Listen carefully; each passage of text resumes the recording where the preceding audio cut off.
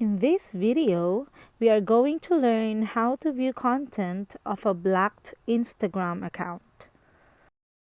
If they blocked your account and you want to see their posts, stories, and etc., but you can see anything, this is an example on what you have to do to be able to see their posts and stories. So first, you need to copy their username. Once done, you can open any browsers that you have. In here, type in flack.com.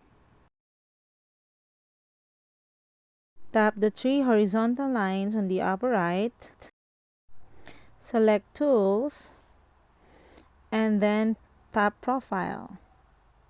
Once on Profile, select Analyzers. So there you go, you can now see here Profile Analyzer. In here, you have to paste the username that you copied on your Instagram and then type Analyze. You have to wait for a second before it analyzes the usernames. In here, you can see the uploads, followers, engagement, and I can also see the pictures in full size.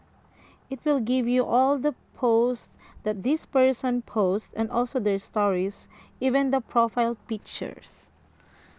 So that's pretty simple, and that's how you see or how to view content of a black Instagram account. I hope you find this video helpful, and if you do, please do like and subscribe to my YouTube channel. Thanks for watching.